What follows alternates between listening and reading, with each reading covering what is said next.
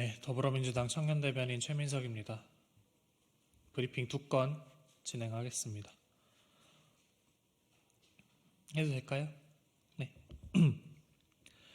일본의 조선인 강제동원 희생자 추모비 철거에 침묵하는 것이 미래지향적 한일 관계입니까? 일제 강제동원의 희생자분들께선 돌아가신 지금까지도 탄압받고 조롱받는데 윤석열 정부는 일본의 항의도 조치도 없이 침묵만 지키고 있습니다. 일본 최고재판소가 군마현 강제동원 조선인 추도비가 정치적 성격을 띈다는 일본 우익단체의 주장을 받아들여 강제 철거 판결을 내렸습니다. 심지어 일본 우익단체들은 추도비 강제 철거 전 마지막 추모 행사에 난입해 난동을 부리고 추모 현장을 아수라장으로 만들었습니다. 더 기가 막힌 것은 침묵하는 윤석열 정부입니다.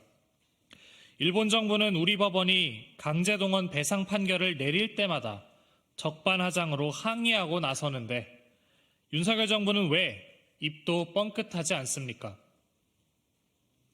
피해국의 대통령이라는 사람이 먼저 굴욕적인 자세로 나오니 가해국인 일본 우익들이 기세등등해져 활개를 치고 우리의 아픔을 희롱하는 것입니다.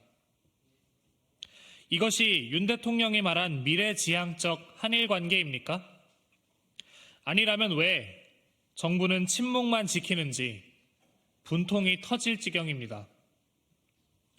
우리나라에서 홍범도 장군 등 독립 영웅들의 흉상이 철거당하니 일본에서는 강제동원 추도비가 철거됩니다.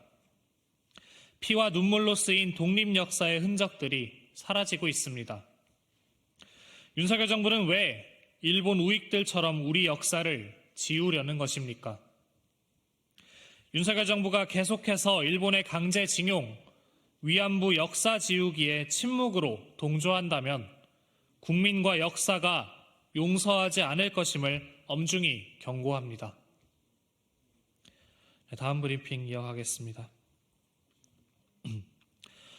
R&D 예산을 삭감하고 우주 개척 기회를 걷어찬 대통령이 과학 대통령으로 기억되고 싶다니 국민을 놀립니까?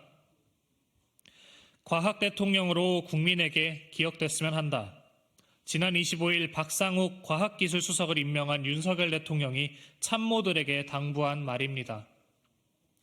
올해 예산에서 R&D 예산을 4.6조나 삭감한 대통령이 과학 대통령으로 기억되고 싶다니 윤석열 대통령의 유체이탈 화법은 국민의 이마를 짚게 만듭니다.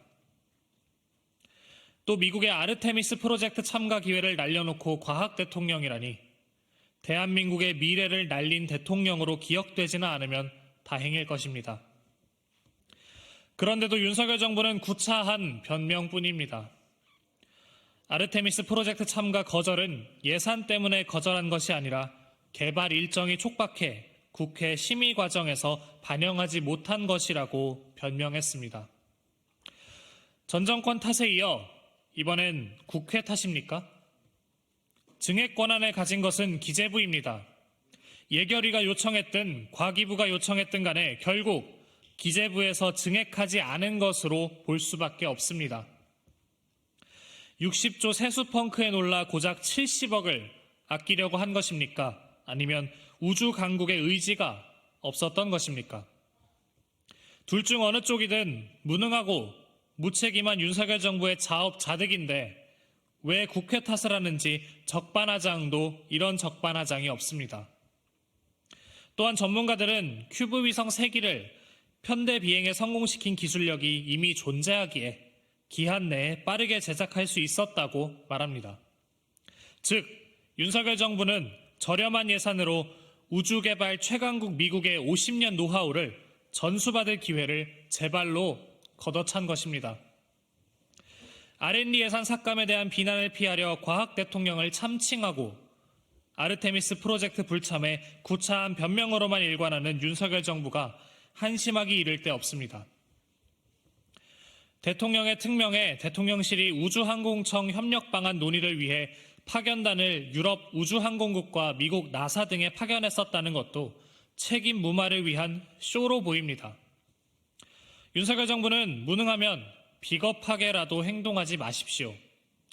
어줍지 않은 변명으로 책임을 모면하려 들지 말고 대한민국을 전진시킬 수 있었던 기회를 놓친 것을 통렬하게 반성하십시오.